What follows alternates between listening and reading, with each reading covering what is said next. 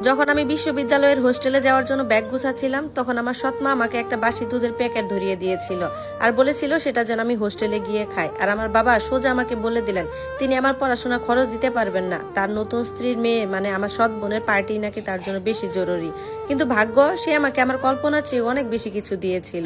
ভর্তির দিন সকালেই সৎমা একটা অচেনা ব্র্যান্ডের দুধের কার্টুন এনে আমার ব্যাগে ঢুকিয়ে জান্নাত স্টোরি আর বললো নাও এটা হোস্টেলে গিয়ে খেয়ে নিও। আর ওই দুধটা ছিল ঈদের সময় কারো দেওয়া, অনেকদিন ধরে পড়েছিল, কেউ ছুঁয়েও দেখেনি। বাবা দরজার পাশে হেলান দিয়ে দাঁড়িয়ে ঠান্ডা গলায় বললেন এই টার্মে তোমাকে আর একটা টাকাও দিতে পারবো না। তাছাড়া তুমি তো এই ছুটিতে এসে কিছু কাজ করে টাকা জমিয়েছিলে তাই না, মাসে 500 টাকা করে 4 মাস চালিয়ে নিতে পারবে।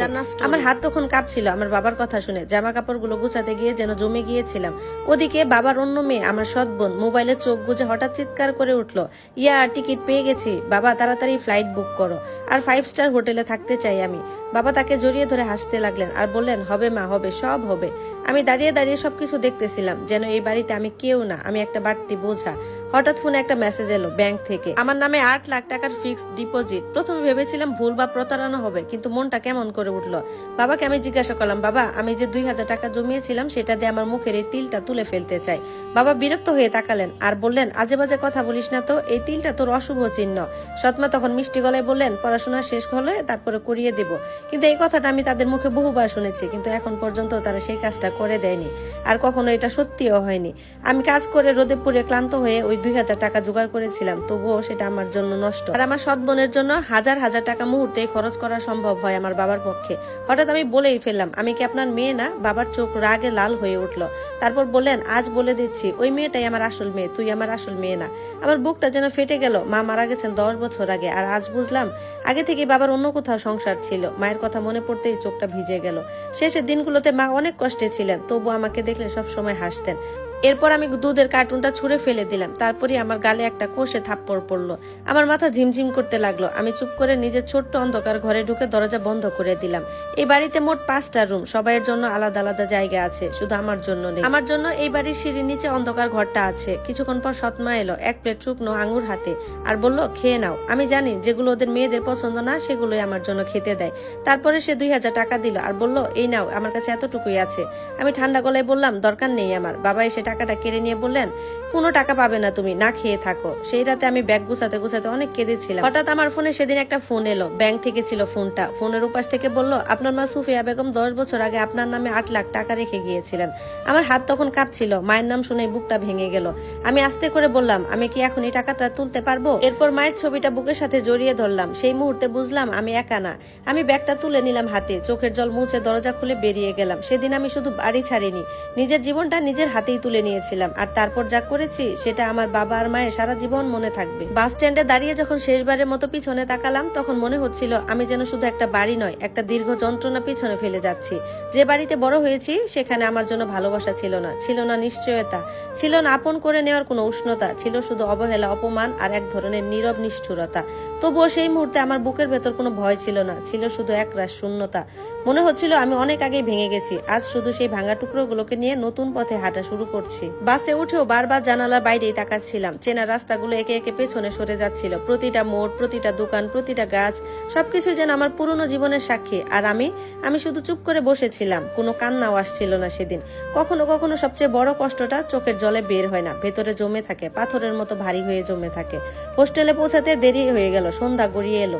গেট দিয়ে ঢোকার পরে মনে হলো আমার সামনে এক নতুন পৃথিবী। চারপাশে অচেনা মুখ, অচেনা কণ্ঠস্বর, অচেনা গন্ধ, সবকিছু যেন আমাকে বলছে এখান থেকেই শুরু। কিন্তু এই অচেনা জায়গার মধ্যে একটা অদ্ভুত শান্তি ছিল। এখানে কেউ আমাকে বাড়তি বোঝা বলে দেখছে না, কেউ আমাকে অপমান করার জন্য দাঁড়িয়ে নেই।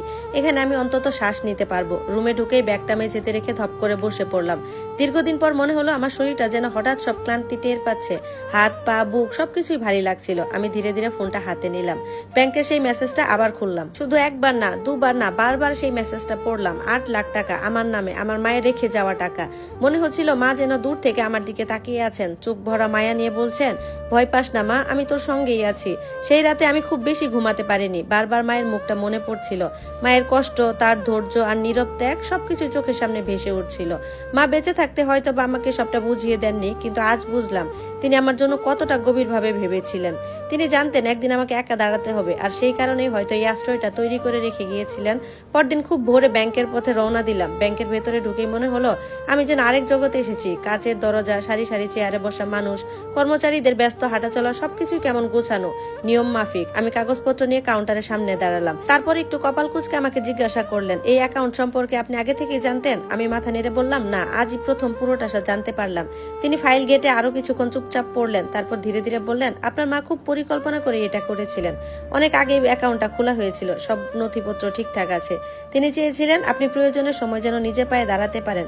কথাগুলো শুনে আমার ভেতরটা কেঁপে উঠলো, চোখের কোণ গরম হয়ে এলো। আমি কোনোভাবে নিজেকে সামলালাম। মাকে নিয়ে কেউ যখন এমন করে কথা বলে, তখন বুকের ভেতর একটা মিশ্র অনুভূতি জেগে ওঠে, গর্ব, কৃতজ্ঞতা আর অসম্ভব এক কষ্ট। মনে হয় এত ভালোবাসা একজন মানুষ কিভাবে একা একা বহন করে গেলেন। আমি সব টাকা তুললাম না, শুধু যতটুকু দরকার ততটাই নিলাম, কারণ সেদিন বুঝে গিয়েছিলাম এই টাকা বিলাসিতা করার জন্য না। এটা আমার অস্তিত্বের ভিত্তি, এটা আমার ভবিষ্যতের বীজ। হোস্টেলে ফিরে এসে নতুন করে সব গুছাতে লাগলাম। কোথায় কি রাখবো, কিভাবে খরচ করব, কিভাবে পড়াশোনা চালাবো, সবকিছুই এখন আমাকে নিজেই ঠিক করতে হবে। আর এই সিদ্ধান্তটা আমাকে ভয় পাইয়ে দিল না, বরং কোথাও যেন একটা আমাকে শক্ত করে দিল। হোস্টেল জীবনটা অনেক সহজ ছিল না। সকালে ক্লাস, দুপুরে লাইব্রেরি, বিকালে কিছু পড়াশোনা, রাতে আবার খরচের হিসাব, সব মিলিয়ে জীবনটা খুবই ব্যস্ত হয়ে উঠলো। কিন্তু আশ্চর্যের বিষয়, এত ক্লান্তির মাঝেও আমি আগে কখনো এমন বেঁচে থাকার স্বাদ পাইনি। এখানে কেউ আমাকে অপমান করে না, কেউ আমার গায়ে হাত তুলে না, কেউ আমার কষ্টকে উপহাস করে না। এখানে আমি ধীরে ধীরে আবার মানুষ হয়ে উঠছিলাম। পড়াশোনার পাশাপাশি পার্ট টাইম জব করা শুরু করেছিলাম। কখনো অনলাইনে লেখা লিখতাম, কখনো ছোট বাচ্চাদের টিউশনি করাতাম। অনেক সময় রাতের বেলা খাওয়ার টাকাও হিসাব করে চলতে হতো, কিন্তু তবুও মন খারাপ হতো না, কারণ আমি জানতাম এই কষ্টটা আমার নিজের।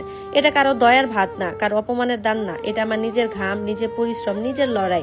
ধীরে ধীরে একটা রুটিন তৈরি হলো। সকালে উঠে বই, দুপুরে ক্লাস, বিকেলে কাজ আর রাতে পড়াশোনা। প্রথম দিকে একা লাগতো খুব, কিন্তু এক সময় একাকিত্বের মধ্যেও আমি একটা সঙ্গ খুঁজে পেলাম, সেটা হলো নিজেকে। আমি নিজের সঙ্গে কথা বলতে শিখলাম, নিজেকে সাহস দিতে শিখলাম, নিজেকে বলতে শিখলাম তুই পারবি। একদিন রাতে হোস্টেলের ছাদে বসে আকাশের নিচে তাকিয়েছিলাম। চাঁদের আলো ঝলমল করছিল, হালকা বাতাস গায়ে লাগছিল। নিচে ক্যান্টিনের আলো, দূরে ব্যস্ত রাস্তার শব্দ, সব মিলে জীবনে একটা অদ্ভুত সুর। ঠিক তখনই হঠাৎ মনে হলো, যে মেয়ে একদিন 2000 টাকার জন্য অপমানিত হয়েছিল, আজ সে নিজের ভবিষ্যৎ নিজেই বানাতে শুরু করেছে। কিছুতেই চোখের জল আটকাতে পারলাম না, কিন্তু এবার সেই কান্না দুর্বলতার না, এটা ছিল জেগে ওঠার কান্না। এটা ছিল ভিতরে জমে থাকা সব অপমানের উপর দাঁড়িয়ে নতুন করে বেঁচে ওঠার অনুভূতি। সময় এগিয়ে চলল। ক্লাসে শিক্ষকরা আমার কাজে খুব খুশি হলেন। বন্ধুরাও ধীরে ধীরে আমাকে চিনতে শুরু করলো। চুপচাপ হলেও ভেতরে ভীষণ দৃঢ় একজন মেয়ে আমি আর আগে সেই ভাঙা, হীনমন্য, ভয় সংকুচিত হয়ে থাকা মেয়েটা নই। এখন আমার চোখে একটা আলাদা আগুন আছে, যে আগুন কাউকে পোড়ানোর জন্য না, বরং নিজেকে আলোকিত করার জন্য। কয়েক মাস পর যখন পরীক্ষার রেজাল্ট বের হলো, আমি তখন কিছুই বুঝে উঠতে পারছিলাম না। আমার হাত পা কাঁপছিল, বুক ধরপড় করছিল। আমি নিজেই নিজের নাম খুঁজছিলাম, যেন বিশ্বাসই করতে পারছিলাম না। আর তারপর দেখা গেল ডিপার্টমেন্টে প্রথম হয়েছি আমি। প্রথমে আমি কিছুক্ষণ চুপ করে রইলাম, তারপর ধীরে ধীরে কাগজটা নামিয়ে রাখলাম। এমনকি চোখেও জল এসে গেল, কিন্তু সেই জল দুঃখের ছিল না। ওই জল ছিল বহু কষ্টের, বহু বছরের নীরব কষ্ট, অবমূল্যায়নের পর আজকের সেই বিজয়। আমি নিজের রুমের বিছানায় বসে অনেকক্ষণ কাগজটা বুকে চেপে ধরলাম। মনে হচ্ছিল মা যদি আজ বেঁচে থাকতেন, তবে নিশ্চয়ই আমার মাথায় হাত বুলিয়ে দিতেন, বলতেন, দেখেছিস তুই পেরেছিস, আমি জানতাম তুই পারবি। ঠিক তখনই আমার ফোনটা বেজে উঠলো, একটা অচেনা নম্বর। কিছুক্ষণ পরে কাপা হাতে ফোনটা ধরলাম। ওপাশ থেকে একটা পরিচিত কণ্ঠ ভেসে এলো, বাবা। হ্যালো, তুই কি ভালো আছিস? তার গলায় আগের মতো আর কড়া স্বর নেই, না আছে সেই অবজ্ঞা, না আছে সেই তাচ্ছিল্য, বরং এক ধরনের অনিশ্চয়তা, যেন কিছুই বুঝতে পারছেন না যে কিভাবে কোথা থেকে কথা শুরু করবেন। আমি কয়েক সেকেন্ড চুপ করে রইলাম, তারপর শান্ত স্বরে বললাম, ভালো আছি। ওপাশে কিছুক্ষণ নীরবতা, তারপর তিনি গলা খাঁকড়ে দিয়ে বললেন, তোর রেজাল্টের কথা শুনলাম, খুব ভালো করেছিস। এই মানুষটা একদিন আমাকে বলেছিল আমি তার মেয়ে নই। এই মানুষটা আমাকে না খেয়ে থাকতে বলেছিল। এই মানুষটা আমার চোখের জলকে তুচ্ছ করে দেখছিল, আর আজ সে আমার সাফল্যের কথা বলছে। আমি আর কিছুই বললাম না, শুধু উত্তর দিলাম, ধন্যবাদ। শব্দটা খুব ছোট ছিল, কিন্তু এর ভেতরে ছিল অনেক কিছু। ক্ষমা ছিল না, ভুলে যাওয়া ছিল না, ছিল শুধু একটা পরিষ্কার দূরত্ব। ফোনটা কেটে দেওয়ার পর আমি জানালার পাশে গিয়ে দাঁড়ালাম। বাইরে হালকা বাতাস বইছিল। হোস্টেলের আঙিনায় কিছু মেয়ে হাসছিল, কেউ বই হাতে হাঁটাহাঁটি করতেছিল, কেউ আবার ক্লান্ত মুখে চায়ের কাপ নিয়ে দাঁড়িয়েছিল। সবকিছুই স্বাভাবিক ছিল, তবুও আমার কাছে সেদিন পৃথিবীটা একটু আলাদা লাগছিল।